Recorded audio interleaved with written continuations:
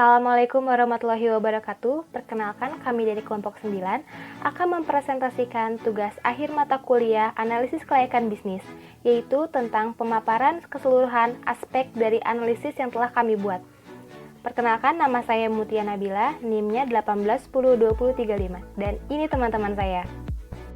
Nama saya Afifa Diaul Haq dengan NIM 18102034. Halo, perkenalkan nama saya Wanda, NIM saya 18102036. Saya Claudia Nanda, NIM 18102037. Baik, sebelum membahas keseluruhan aspek, di sini saya akan menjelaskan latar belakang perusahaan kami. Kenapa kami membuat perusahaan Elegansio ini? Karena kami sadar bahwa penggunaan kantong plastik dalam jangka waktu yang sangat panjang itu bakalan berbahaya untuk bumi kita sendiri. Jadi, kantong plastik itu tidak mudah terurai. Itu membutuhkan proses sekitar 100 jutaan tahun yang akan datang itu baru bisa terurai. Nah, itu sangat berbahaya untuk pencemaran, terutama pencemaran tanah. Jadi di sini kami membuat produk tas berbahan dasar mika lentur yang fleksibel dan kita memiliki desain yang bagus. Jadi bukan hanya untuk berbelanja, tapi bisa digunakan untuk fashion sehari-hari seperti kuliah, pergi kerja, dan lain-lain. Gambaran umum untuk produk kami. Tote bag merupakan jenis tas yang paling sering digunakan masyarakat karena bentuknya yang simpel. Tote bag yang kami produksi berbahan dasar mika fleksibel dengan kualitas terbaik, sehingga ringan, kuat, anti air, dan tahan lama, dengan desain menarik mengikuti keinginan dan selera konsumen. Selain itu, bersifat multifungsi, dapat digunakan untuk kegiatan formal seperti saat berbelanja sebagai pengganti kantong plastik, dan bisa juga digunakan untuk kegiatan formal seperti saat kuliah maupun saat kerja. Tote bag juga menjadi peluang usaha yang menjadikan bagi usaha kecil menengah karena ini permintaan pasar terhadap tote bag sudah meningkat dan modal yang diperlukan pun tidak terlalu besar. Aspek pasar dan pemasaran. Bentuk pasar dari produk kami yaitu pasar produsen dan pasar konsumen. Untuk pasar produsen yang dipilih ialah pasar oligopoli karena usaha tote bag ini dapat dijalankan oleh berbagai pihak selagi mereka mampu. Dan untuk pasar konsumen yang dipilih ialah pasar konsumen dan pasar reseller. Kenapa? Karena produk kami selain dibeli untuk digunakan pribadi, juga dibeli untuk dijual kembali. Berikutnya ada 5 sources of warfare atau 5 kekuatan warfare. Yang pertama ada the threat of new entrants atau ancaman pendatang baru.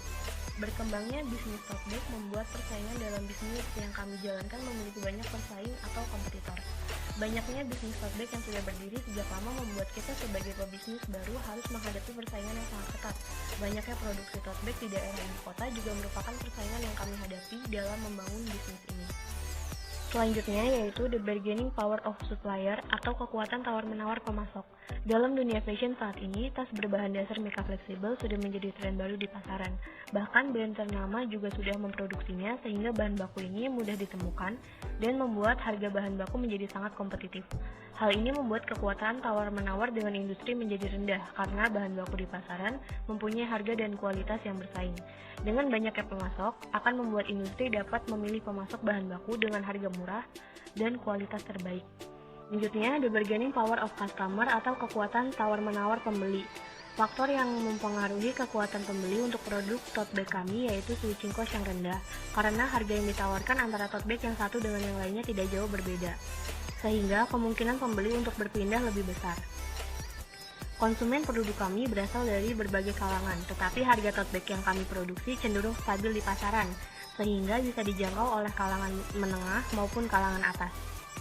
Berikutnya yaitu the threat of substitute product atau ancaman terhadap produk pengganti. Pada industri fashion seperti tote bag, konsumen bisa mendapatkan barang substitusinya dengan sangat mudah, dan seorang penjual dapat menjual berbagai macam tote bag sejenis dengan bahan dasar yang sama, yaitu mika fleksibel. Perbedaan antara merek satu dengan yang lainnya pun tidak terlalu signifikan, oleh karena itu yang perlu diperhatikan pada produk ini yaitu harga dan kualitasnya. Kami terus meningkatkan kualitas produk yang lebih tahan lama dan berdaya saing tinggi dengan menciptakan inovasi baru mengikuti perkembangan fashion saat ini. Kemudian yang terakhir yaitu the intensity of competitive rivalry atau intensitas persaingan kompetitif. Produk kami memiliki pesaing, beberapa di antaranya merupakan brand ternama seperti W Essentials, Monster, Post Brand, Sessions Pepperrock, Forever 21, Guts, Nakedi, Banana Republic, dan Berry Benka, yang dimana masing-masing perusahaan bersaing secara kompetitif. Persaingan ini terjadi di tingkat model, harga, iklan, serta value lain yang diberikan. Berikutnya, yaitu mengukur dan meramalkan permintaan. Marketplace dari Elegan Co. terdiri dari satu toko serta penjualan melalui e-commerce yakni Instagram dan Shopee. Diasumsikan untuk tote bag simple, jumlah pembeli toko per hari yaitu 3 orang, jumlah pembeli Shopee per hari yaitu 3 orang, jumlah pembeli Instagram per hari yaitu 2 orang. Total jumlah pembeli per tahun yaitu 2.880 orang. Harga tote bag simple yaitu 60.000, jadi jumlah yang dibeli oleh rata-rata pembeli per tahun yaitu 5.311 buah. Selanjutnya, diasumsikan untuk tote bag modern, jumlah pembeli toko per hari yaitu 2 orang, jumlah pembeli Instagram per hari yaitu 3 orang, jumlah pembeli Shopee per hari yaitu 7 orang. Jumlah pembeli per tahun yaitu 4.320 orang. Harga tote bag custom yaitu 70.000, jadi jumlah yang dibeli oleh rata-rata pembeli per tahun yaitu 7.966. Rata-rata per tahun ini diambil dari total 5 tahun yang membeli. Berdasarkan data yang diperoleh, dapat diketahui berapa total permintaan pasar selama 1 tahun dengan menggunakan rumus Q sama dengan N dikali P dikali Q, di mana Q merupakan total permintaan pasar, N merupakan jumlah pembeli di pasar, P merupakan harga rata-rata satuan, Q merupakan jumlah yang dibeli oleh rata-rata pembeli per tahun. Maka untuk tote bag simple, total permintaan pasarnya sebesar Rp917.740.800.000. Dan untuk tote bag modern, total permintaan pasarnya sebesar Rp2.408.918.400.000. Di sini kita bisa lihat ada perkiraan untuk tote bag simple dan modern. Nah, di sini juga ada perkiraan permintaan tote bag dari tahun 2020 sampai 2024. Dan untuk Elegan Co sendiri punya 2 tipe, yaitu tote bag simple dan tote bag modern. Selanjutnya D, ramalan penjualan. Nah, di sini ada ramalan penjualan dari tahun 2020 sampai 2024. Sesuai dengan jenisnya ada 2, yaitu Elegan simple dan Elegan modern. Untuk harganya juga tertera di sini ada kenaikan pada tahun 2022. Selanjutnya daftar tote bag Elegan Co tahun 2020. Di sini kita bisa lihat apa aja jenisnya, itu Elegan simple dan Elegan modern. Untuk per unitnya sebesar 60.000 dan 70.000. Di sini tersedia 6 warna yang sudah tertera dalam PowerPoint. Begitupun dengan free yang kami berikan, ada pouch, pita, beserta ukurannya. Untuk Elegan modern custom ini kita punya free design sesuai dengan keinginan kalian, tetapi ditambah dengan fee 10.000. Nah, di sini juga ada optionnya nih untuk ukuran sesuai yang kalian mau. Kita sudah menyediakan 4 ukurannya. Di sini juga kita bisa mendapatkan free aksesoris. Tuh. Selanjutnya, segmentasi, target, dan posisi pasar. Segmentasi berdasarkan segmentasi geografis dan perilaku. Untuk segmentasi geografis, wilayah Jabodetabek. Untuk segmentasi perilaku, membuat tote bag merupakan sebuah permintaan yang terus berkembang sehingga konsumen senang terhadap produk kita dan akan terus membeli.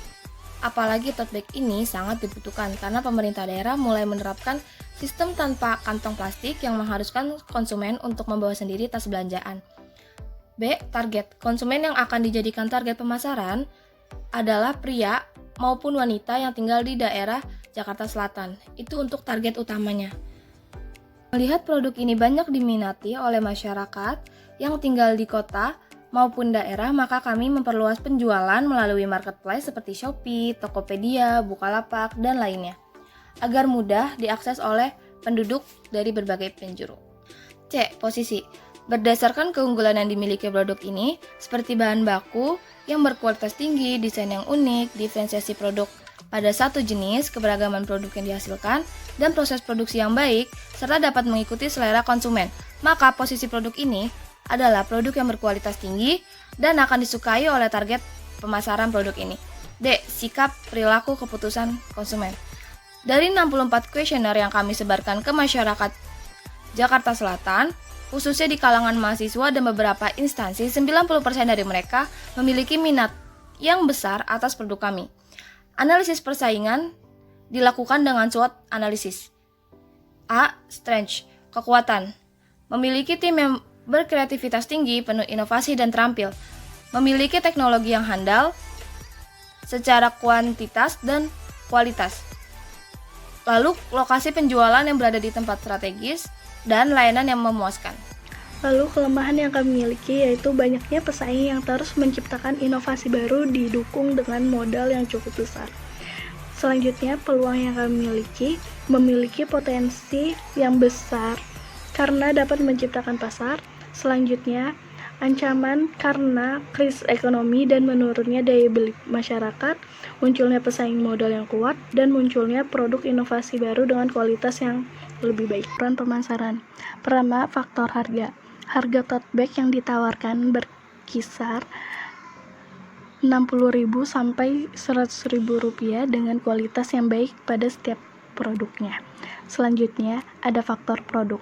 Karena target yang dituju adalah pria dan wanita dengan kisaran usia 12 sampai 40 tahun, maka produk yang dihasilkan akan didesain dengan elegan sesuai dengan merek yang dipakai, gambar yang unik, warna yang tidak norak, edisi yang terbatas sehingga tidak pasaran, serta dapat mengikuti selera dan keinginan konsumen. Selanjutnya, kami melakukan promosi dengan menyebarkan poster melalui media sosial, memberikan harga promosi, mengadakan giveaway, dan menggunakan jasa paid promote agar produk dapat dikenal lebih luas oleh masyarakat. Lalu, distribusi yang kami lakukan melalui transportasi karena daerah pemasarannya tidak begitu jauh. Untuk pendistribusian di luar kota, kami menggunakan marketplace seperti Tokopedia, Shopee, Bukalapak, dan lain sebagainya. Selanjutnya ada taktik pemasaran menurut 7P bauran pemasaran. Pertama, produk yang kami sediakan yaitu tote bag mulai dari simple, custom, hingga limited edition. Harga yang ditawarkan relatif untuk setiap produknya mulai 60.000 hingga 100.000 rupiah. Kami memilih lokasi di daerah Jakarta Selatan, tepatnya di Kalibata, karena tempat tersebut selain strategis, juga ramai pengunjung setiap harinya. Promosi yang kami lakukan melalui media sosial, selebgram, hingga iklan. Lalu melakukan promosi month to month, hingga menyediakan web untuk produk Elegansio. Kami memiliki karyawan yang memiliki rencana biaya pemasaran untuk 3 tahun ke depan. Untuk biaya komisi penjualan sekitar 75 juta rupiah, untuk biaya promosi sekitar 120 juta rupiah, untuk biaya transportasi sekitar 24 juta rupiah, dan untuk biaya admin penjualan sekitar 55 juta rupiah, dengan total 207 juta rupiah untuk pengeluaran biaya pemasaran. Setelah pemaparan, singkatnya dalam aspek pasar dan pemasaran adalah 1. Kami memilih pasar oligopoli dan pasar konsumen. 2. Kami menganalisis 5 force of quarter. 3. Elegansio mengukur dan meramal permintaan pasar untuk tote bag modern dan tote bag simple, baik offline maupun online. 4. Ada ramalan penjualan untuk tote bag kami, yaitu 2 jenis, elegan simple dan elegan modern, dengan kenaikan harga per tahun dan jumlah permintaan yang terus meningkat pada setiap tahunnya. 5. Ada daftar tote bag Elegansio. Nah, di situ juga ada warna, jenis, serta harga per unitnya. 6. Segmentasi, target, dan posisi pasar. Untuk segmentasi sendiri, kami ambil geografis dan perilaku. Untuk target utama kami yaitu pria maupun wanita di daerah Jakarta Selatan. Tetapi karena permintaan yang tinggi, kami menggunakan marketplace yang sudah dijelaskan sebelumnya. 7. Kami melakukan analisis SWOT dan bauran pemasaran. Selanjutnya yaitu aspek teknis. Yang pertama, identifikasi produk. Jenis produk yaitu tote bag, kualitas produk yaitu Michelin Flexible PVC. Untuk peningkatan produksi selama 5 tahun, kami asumsikan sebesar 12% per tahunnya.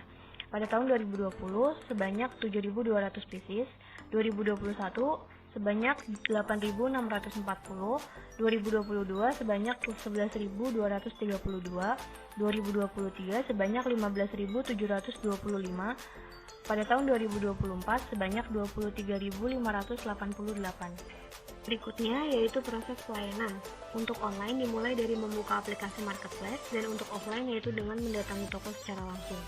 Kemudian mencari produk atau model tas yang diinginkan, lalu melakukan pengecekan dan mengkonfirmasikan pembelian. Selanjutnya yaitu memilih metode pembayaran, tunai atau melalui kartu debit jika offline, dan melalui transfer jika online. Untuk online diharuskan mengisi dan melakukan konfirmasi alamat pengiriman terlebih dahulu, kemudian dilanjutkan dengan proses pengiriman. Terakhir, barang atau pesanan diterima oleh customer. Kemudian yang ketiga yaitu bahan baku. Jenis bahan baku yang kami gunakan yaitu Mica Lontor Flexible PVC.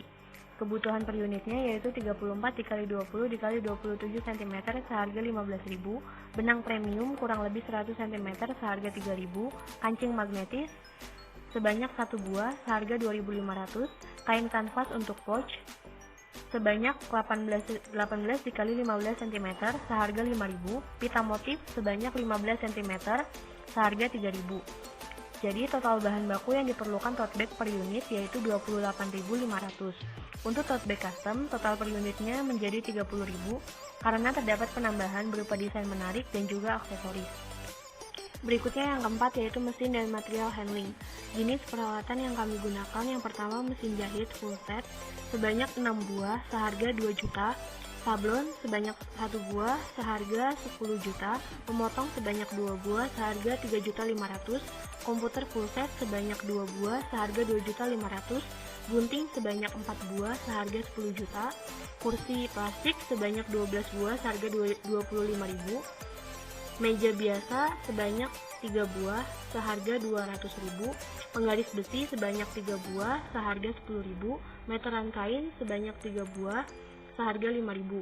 Jadi total mesin dan material handling yang diperlukan yaitu sebesar 34.985.000. Kemudian yang kelima yaitu daftar peralatan kantor yang kami gunakan. Yang pertama komputer full set, laptop, mesin struk, mesin kasir, AC, rak besi besar, rak besi kecil, kabel roll, telepon, CCTV, rak data, rak penyimpanan, wifi, kursi besi foam, meja kantor, kursi kantor, dan printer. Jadi total dana yang diperlukan untuk peralatan kantor sebesar Rp46.475.000. Kemudian, selain alat yang telah disebutkan di atas, terdapat beberapa perlengkapan kantor lainnya seperti kertas A4, pulpen, kertas pelanggan, kertas blueprint, buku kas, kertas truk, tinta sablon, pajangan bunga, pel, sapu, jam, gunting, dan alat ukur. Jadi total dana yang diperlukan sebesar Rp1.545.000. Kemudian yang berikutnya yaitu utilitas atau fasilitas pendukung berupa tenaga kerja atau PLN dengan tegangan 5.000 watt dan genset dengan kekuatan 5.000 watt. Kemudian air dan air conditioner atau pendingin ruangan, toilet, tempat parkir, ruang tunggu, resepsionis, ruang karyawan, dan free wifi. Berikutnya yaitu lokasi toko tote bag. Untuk mendapatkan lokasi yang strategis, kami melakukan analisis di 2 tempat, yaitu Margonda, Depok, dan Kalibata. Dengan beberapa kriteria yaitu daerah pemasaran, jumlah pesaing, gaji karyawan, harga sewa, ketersediaan produk, jangkauan lokasi, serta ketersediaan tenaga kerja. Berdasarkan hasil analisa tersebut, maka kami simpulkan lokasi terbaik untuk mendirikan toko kami yaitu di Kalibata, Jakarta Selatan. Nah, di sini ada denah lokasi Elegant O itu di Jalan Pengadegan Selatan, dan sebelahnya ada denah toko, kantor, dan ruang produksi Elegant O. Nah, karena Elegant CO itu terletak di Jakarta Selatan, tepatnya di Kalibata, jadi untuk menjangkau Elegant CO itu akses kita tuh mudah banget. Ada jalur kereta api, busway, dan jalan raya. Untuk pengendalian kualitas produksi itu, kami menyimpan produk-produk kami pada suhu ruangan yang khusus. Selain itu, tiap minggu kita juga ada pengecekan dan pemeliharaan secara rutin atas produk-produk kami yang ada di gudang. Selanjutnya adalah kualitas dari pelayanan Elegensio, reliability. Para karyawan kami itu udah terlatih dan profesional dalam menjalankan tugasnya. Jadi, karyawan kami tuh mampu memberi pelayanan yang cepat, kemampuan yang memberikan layanan sesuai janji dan prosedur pelayanan yang sangat baik. Selanjutnya, responsiveness, yaitu proses pelayanan administrasi yang kami berikan memiliki kecepatan waktu yang tepat. Terus kepekaan karyawan kami dalam melayani dan menanggapi keluhan para pelanggan sangat tinggi. Terbukti adanya akun sosial media yang akan menjadi jembatan antara kami dengan pelanggan. Tangible, karyawan kami memiliki tingkat kerapi yang sesuai dengan etika dan standar perusahaan kami. Lalu dilihat dari kebersihan pakaian yang digunakan, fasilitas Elegensio. Terus kami juga memadai dan kebersihan seluruh ruangan yang kami ciptakan akan membuat pelanggan kami merasa sangat nyaman dan aman. Di sini kami membuat perhitungan biaya investasi, sumber dana itu dari dana sendiri 50%, lalu dana bank atau kreditur 50% dengan jangka waktu 5 tahun. Jenis pembiayaannya ada biaya bangunan, mesin dan material handling, peralatan kantor, dan modal kerja dengan jumlah Rp2.221.500.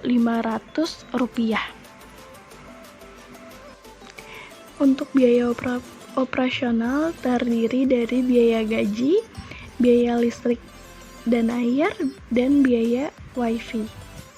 Untuk total pengeluaran biaya operasional untuk bulan pertama di tahun pertama sebesar Rp110.150.000 dan untuk total pengeluaran untuk tahun pertama sebesar Rp1.321.800.000. Untuk aspek teknis, kami mempunyai 2 proses pelayanan. Pertama, langsung dan online. Kalau online itu melalui marketplace seperti Tokopedia, Shopee, Lazada, atau Instagram. Untuk secara langsung itu kami melayani secara langsung di toko. Untuk biaya bahan baku kami dibagi menjadi 2. Pertama untuk tote bag simple dan tote bag custom. Dan untuk tote bag simple itu kami membutuhkan biaya bahan baku sebesar Rp28.500 per unit. Dan untuk tote bag custom itu sebesar Rp30.000 per unit. Lokasi Elegensio berada di Jalan Pejaten Selatan, Kalibata, Jakarta Selatan, dan untuk luas bangunan kurang lebih 140 meter persegi. Kami membutuhkan modal sebesar Rp2.221.500.000 dan untuk biaya operasional pada tahun pertama sebesar Rp1.321.800.000.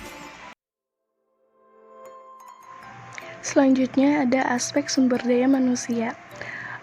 Pertama ada struktur Elegensio yang dipimpin oleh direktur, lalu ada manajer keuangan, manajer pemasaran, manajer SDM, dan supervisor.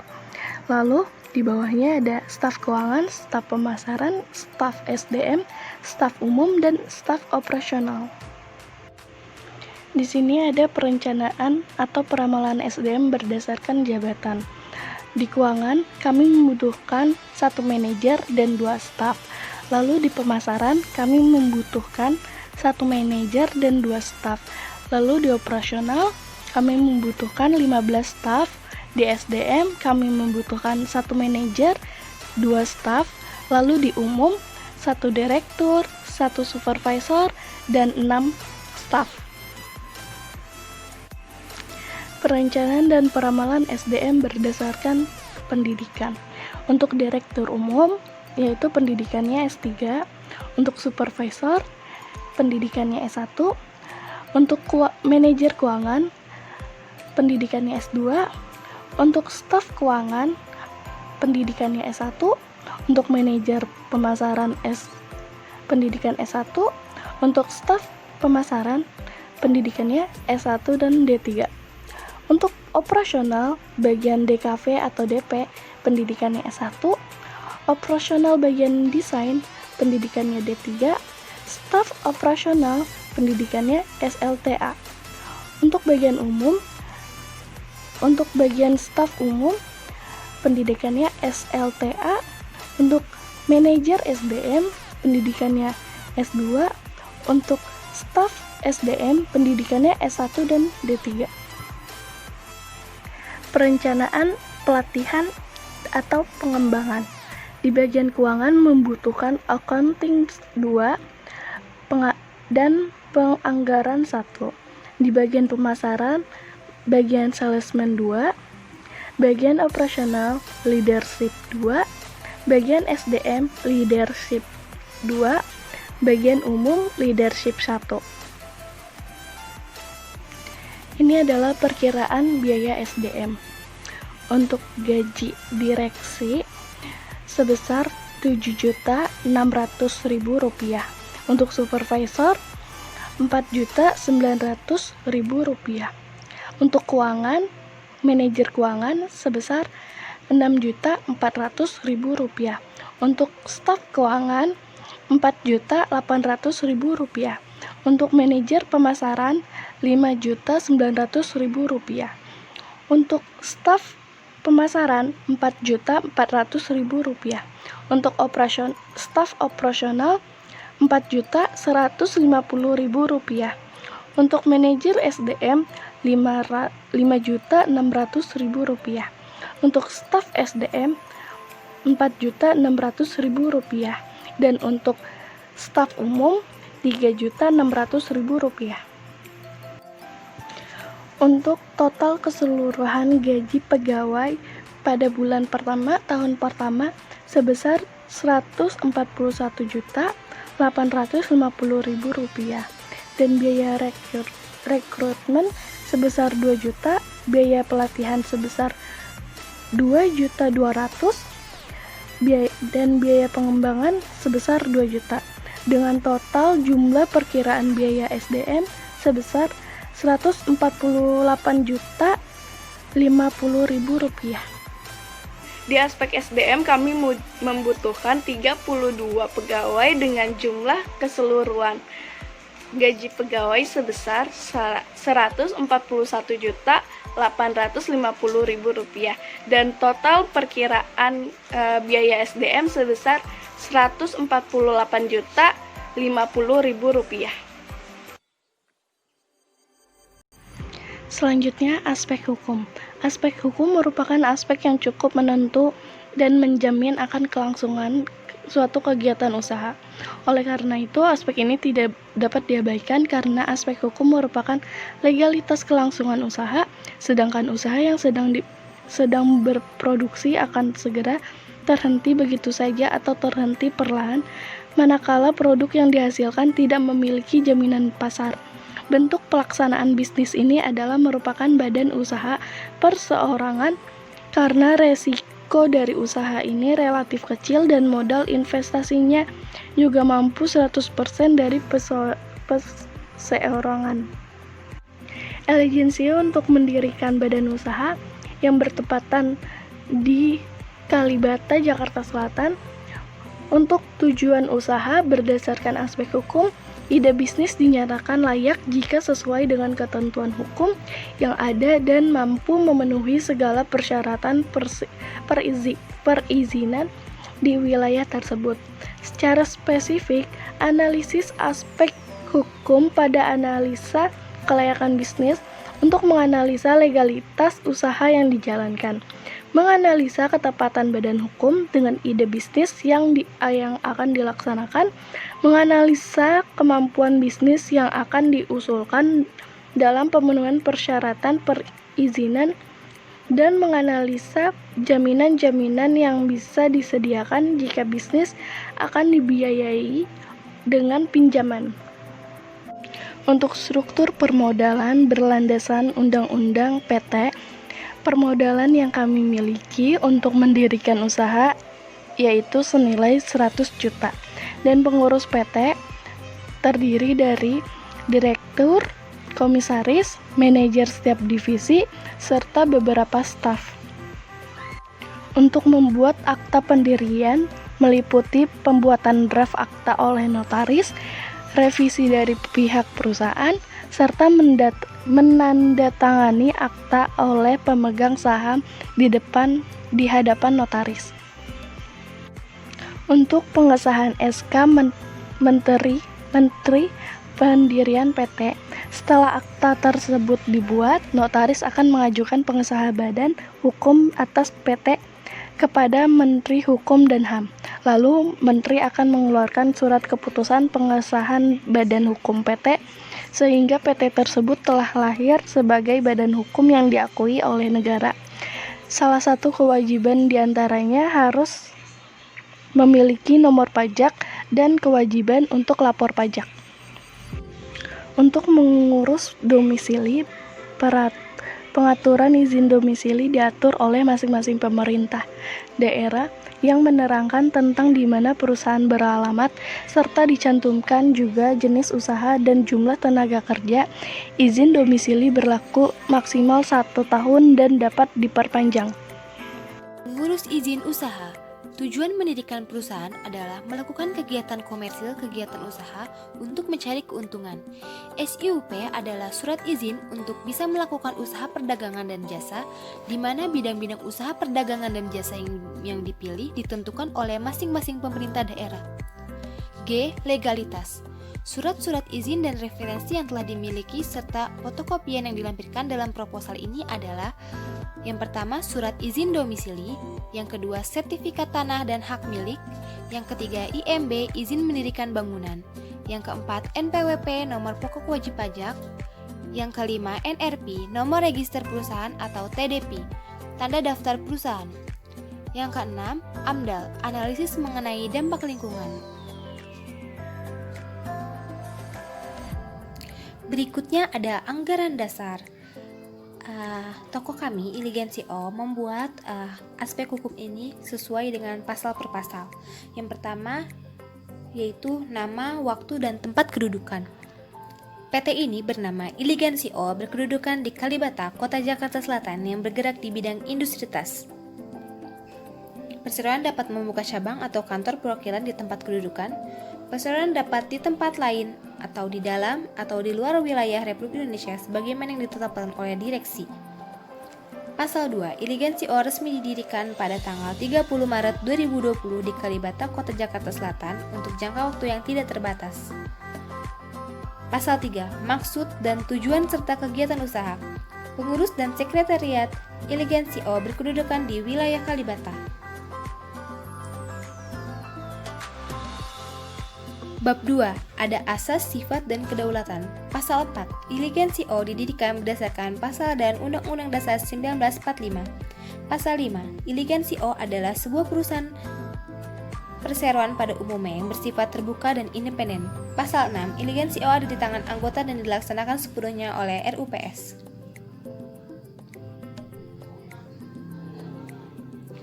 Bab 3. Ada tujuan, fungsi, dan tugas pokok. Pasal 7. Masuk dan tujuan dari perusahaan ini adalah berusaha dalam bidang retail, baik dalam produk maupun pelayanan. Untuk mencapai maksud dan tujuan tersebut di atas, perusahaan dapat melaksanakan kegiatan usaha sebagai berikut. Yang pertama, membuat dan menghasilkan produk tas yang ramah lingkungan. Yang kedua, melakukan inovasi terhadap desain produk yang kami tawarkan. Yang ketiga, sistem pelayanan toko yang ramah dan memuaskan bagi pelanggan. Pasal 8. Iligensi O sebagai perusahaan berupa produsen tas ramah lingkungan yang akan menjadi produk kepercayaan bagi para pelanggan kami dengan memberikan pelayanan yang terbaik sesuai kebutuhan pelanggan.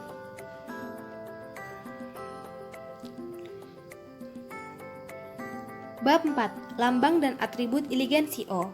Ini masuk ke pasal 9. Pertama, bentuk lambangnya seperti ini. Mahkota dengan kata Iligensi O. Makna lambang perusahaannya yang pertama, kata Iligan berasal dari nama produk yang akan kami buat, yaitu Iligan Tote Bag, dan mengistilahkan keeleganan desain yang akan kami buat dalam produk tas kami. Yang kedua, warna pink mengartikan bahwa yang mendirikan perusahaan elegan CO adalah wanita. Jadi, warna pink mencerminkan karakter feminisme seorang pengusaha wanita. Yang ketiga, gambar mahkota dalam lambang kami memberikan makna bahwa dalam kondisi apapun, elegan CO akan terus berusaha untuk tetap meningkatkan produktivitas perusahaan, dan perusahaan diibaratkan sebagai mahkota yang akan selalu ada di atas, bahwa kami tidak akan jatuh meski banyak tantangan yang akan kami hadapi. Selanjutnya ada bidang perusahaan dan tujuan. Perusahaan elegan CO bergerak di bidang produk barang dan manufaktur yang menyediakan berbagai jenis tote bag bagi semua kalangan. Lalu ada nama dan kedudukan perusahaan. Elegan CO merupakan badan usaha yang berbadan hukum yang memiliki harta kekayaan terpisah dari harta pengurus, memiliki tujuan dan kepentingan, serta memiliki struktur organisasi yang teratur. Berikut ini merupakan susunan kepengurusan terdiri dari 4 orang komisaris, 1 direktur utama. Untuk divisi keuangan terdapat 1 orang manajer dan 2 staf keuangan. Untuk divisi pemasaran terdapat 1 manajer dan 2 staf pemasaran. Untuk divisi operasional terdiri dari 15 orang. Kemudian untuk divisi SDM terdapat 1 manajer dan 2 staf keuangan serta 1 supervisor. Kemudian yang terakhir yaitu divisi umum terdiri dari 6 orang staf. Kemudian yang berikutnya yaitu modal perusahaan dan susunan pemegang saham. Sumber modal perusahaan Elegan Co sebesar 100% terdiri dari 50% modal sendiri dan 50% berasal dari kreditur atau bank. Masing-masing pemegang saham memiliki persentase kepemilikan sebesar 25%. Keanggotaan, hak, dan kewajiban. Berikut adalah daftar pemegang saham sekaligus pengurus di Elegan Co. Terdiri dari 4 orang yaitu Afifah Diaul Haq, Mutia Nabila, Wanda Maulida, dan Claudia Nanda. Dengan besar saham masing-masing 1/4 dari modal dasar. Pasal 11, direksi terdiri dari 1 orang anggota direksi dengan susunan sebagai berikut. Seorang direktur utama atau seorang direktur dengan ketentuan bahwa di antara para direktur dapat diangkat seorang wakil direktur utama. Yang keempat, RUPS sewaktu-waktu dapat memberhentikan seorang atau lebih anggota direksi sebelum masa jabatannya berakhir. Pemberhentian demikian berlaku sejak penutupan rapat tersebut, kecuali bila tanggal pemberhentiannya yang lain. Yang masa jabatannya telah berakhir dapat diangkat kembali dengan mengindahkan ketentuan. Kemudian yang kelima, seorang anggota direksi dapat mengundurkan diri dari jabatannya dengan memberitahukan terlebih dahulu secara tertulis kepada perseroan mengenai itu paling sedikit 30 hari sebelumnya. Pengunduran diri tersebut berlaku sejak tanggal pengunduran diri diterima dan disetujui oleh RUPS. Kemudian yang keenam yaitu masa jabatan anggota direksi dengan sendirinya berakhir apabila anggota direksi tersebut dinyatakan pailit atau ditaruh di bawah pengampuan berdasarkan suatu keputusan pengadilan. Yang kedua, atau tidak lagi memenuhi persyaratan peraturan perundang-undangan atau meninggal dunia. Kemudian, diberhentikan berdasarkan keputusan rapat umum pemegang saham atau mengundurkan diri sebagaimana ditetapkan. Jadi kesimpulannya, aspek hukum ialah aspek yang mengkaji tentang ketentuan hukum yang harus dipenuhi sebelum menjalankan sebuah usaha. Ketentuan hukum untuk setiap jenis usaha tergantung pada kompleksitas bisnis tersebut. Adanya otonomi daerah menyebabkan ketentuan hukum dan perizinan antara daerah yang satu dengan daerah yang lainnya berbeda-beda. Untuk itu, sebelum ide bisnis tersebut dilaksanakan, lakukan analisis secara mendalam terhadap aspek hukum agar di kemudian hari bisnis yang akan dilaksanakan tidak gagal karena terbentur permasalahan hukum dan perizinan. Elegan Co telah mematuhi segala aspek hukum yang berlaku, yaitu membuat akta pendirian, mengajukan pengesahan badan hukum perseroan terbatas kepada Menteri Hukum dan HAM, mengurus domisili, mengurus izin dan legalitas usaha, serta berlandaskan anggaran dasar dalam menjalankan tugas dan fungsinya. Aspek Polexos. A. Aspek politik. Keberadaan Elegan CO tidak cukup berpengaruh terhadap aspek politik. Apabila terjadi ketidakstabilan politik, hanya saja berpengaruh kecil terhadap Elegan CO, seperti adanya kenaikan pajak atau adanya regulasi pemerintah, yang mungkin dapat menghambat berjalannya Elegan CO seperti semua karyawan wajib berpendidikan minimal S1 dan akan menyulitkan Elegan CO dalam merekrut karyawan. B. Aspek ekonomi. 1. Pertumbuhan ekonomi. Tas merupakan kebutuhan mutlak bagi setiap orang, sehingga bisnis ini memiliki keuntungan yang cukup tinggi dan sangat menjanjikan dalam dunia fashion. Tas yang kami produksi memiliki desain yang elegan, menarik, mengikuti keinginan dan selera konsumen saat ini. Maka Elegan.co hadir memberikan peluang untuk membantu pertumbuhan ekonomi khususnya di daerah Kalibata.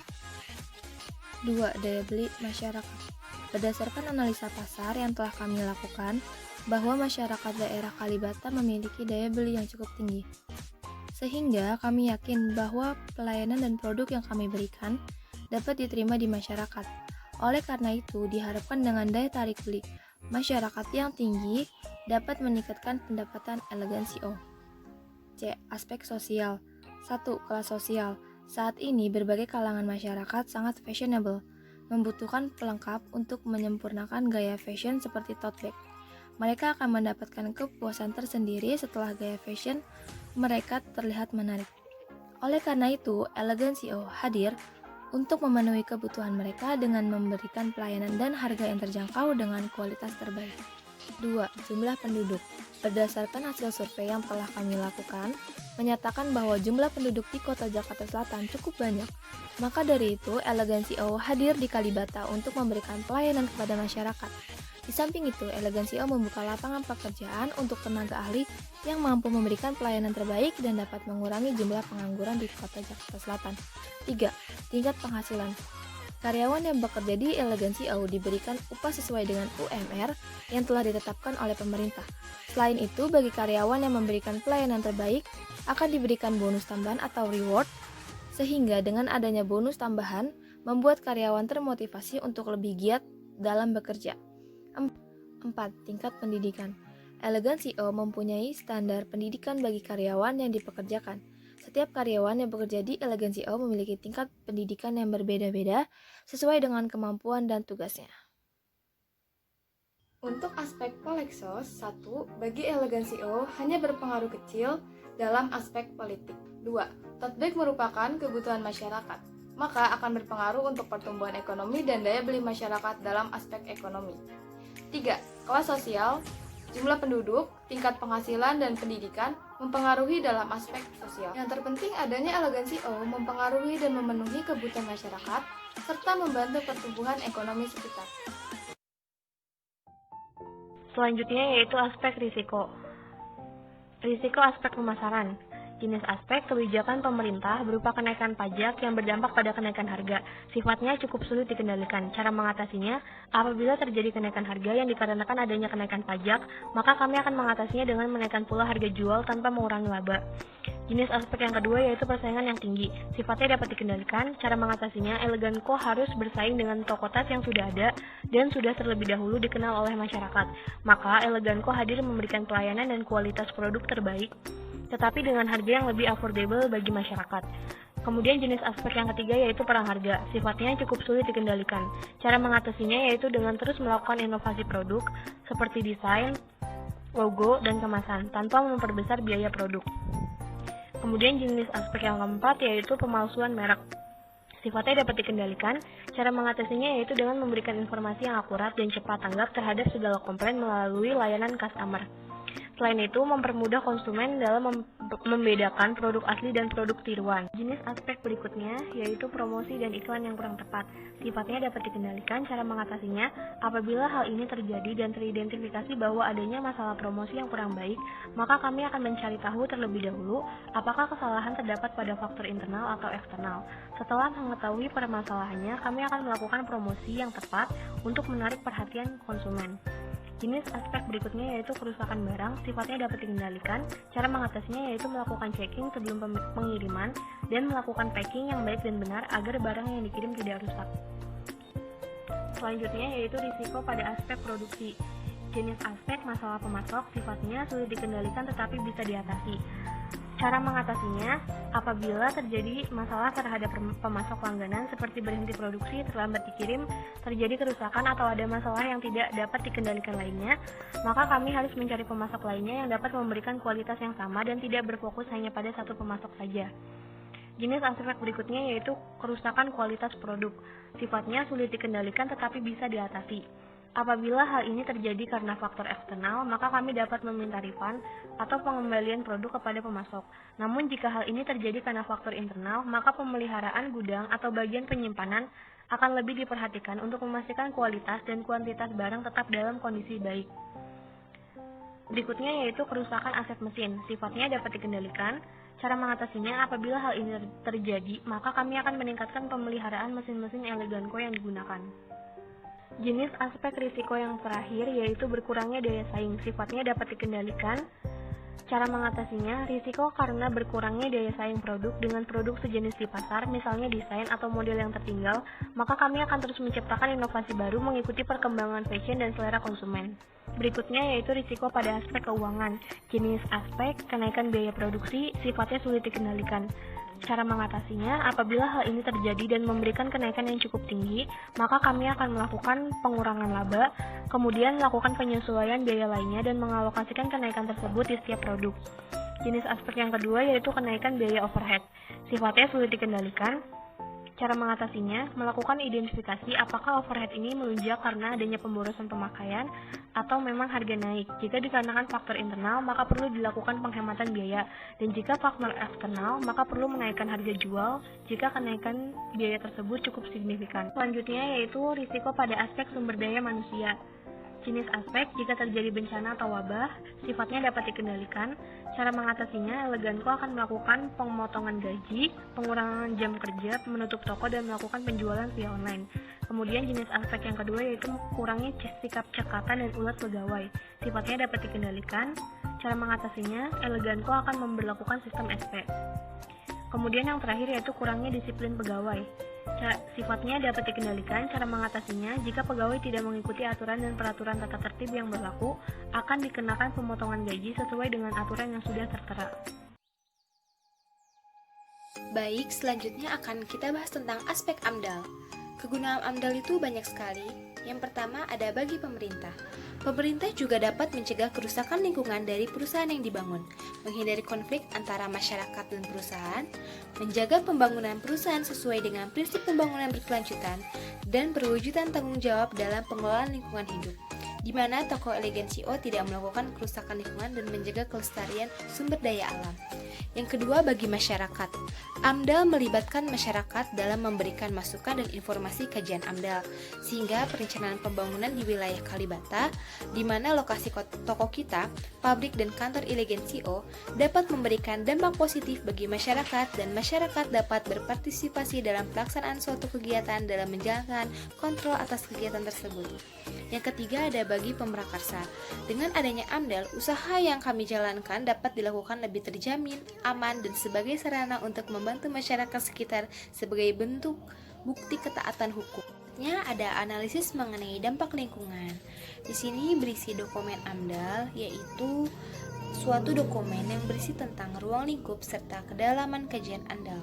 Ruang lingkup kajiannya meliputi penentuan dampak-dampak penting yang akan dikaji secara lebih mendalam dan batas-batas studi AMDAL.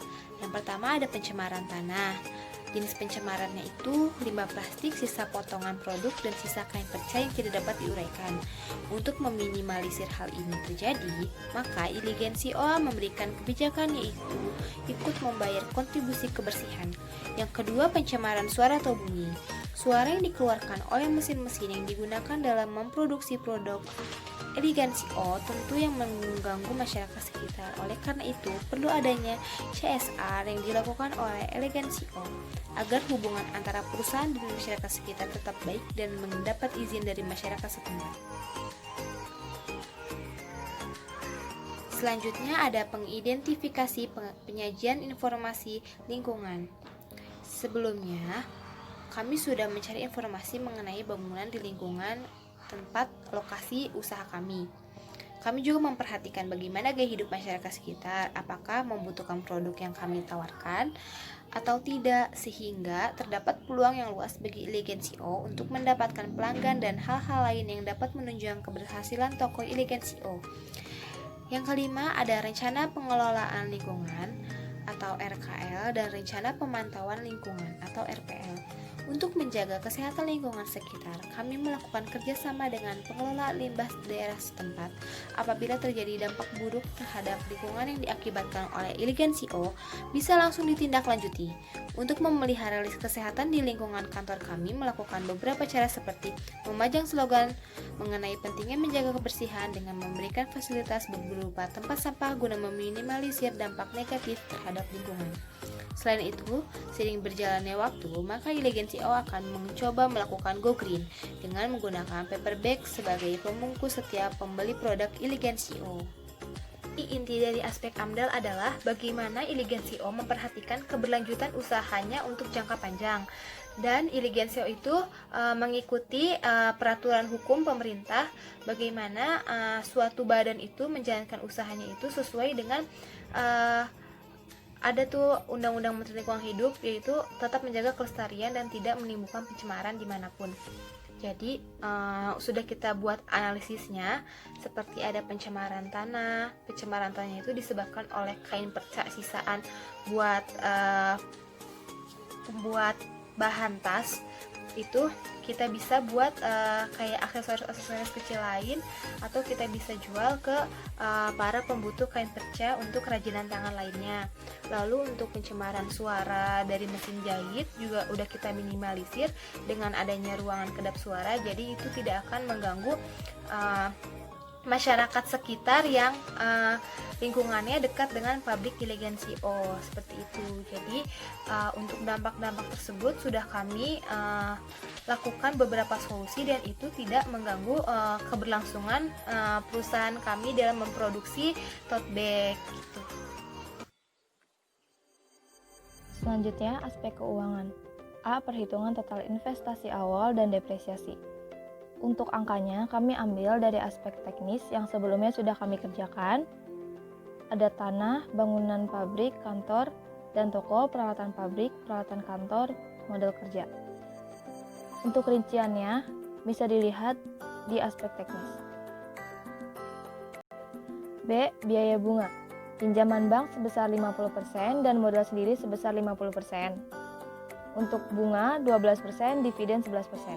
Biaya modal, pajak 12,5%, kami ambil dari pajak badan. Lalu di sini ada perhitungannya. C. Angsuran pinjaman. Jumlah pinjamannya sudah tertera dengan bunga yang didapat. Untuk angsuran sendiri kami ambil 5 tahun. Nah, berikut hitungannya selama 5 tahun. Selanjutnya, D. Laporan pro forma laba rugi. Selanjutnya, perkiraan laba rugi. Di sini ada perkiraan laba rugi selama 5 tahun. Asumsi harga pokok penjualannya sebesar 40%, biaya operasional 20%. Di sini juga ada untuk perkiraan profit selama 5 tahun.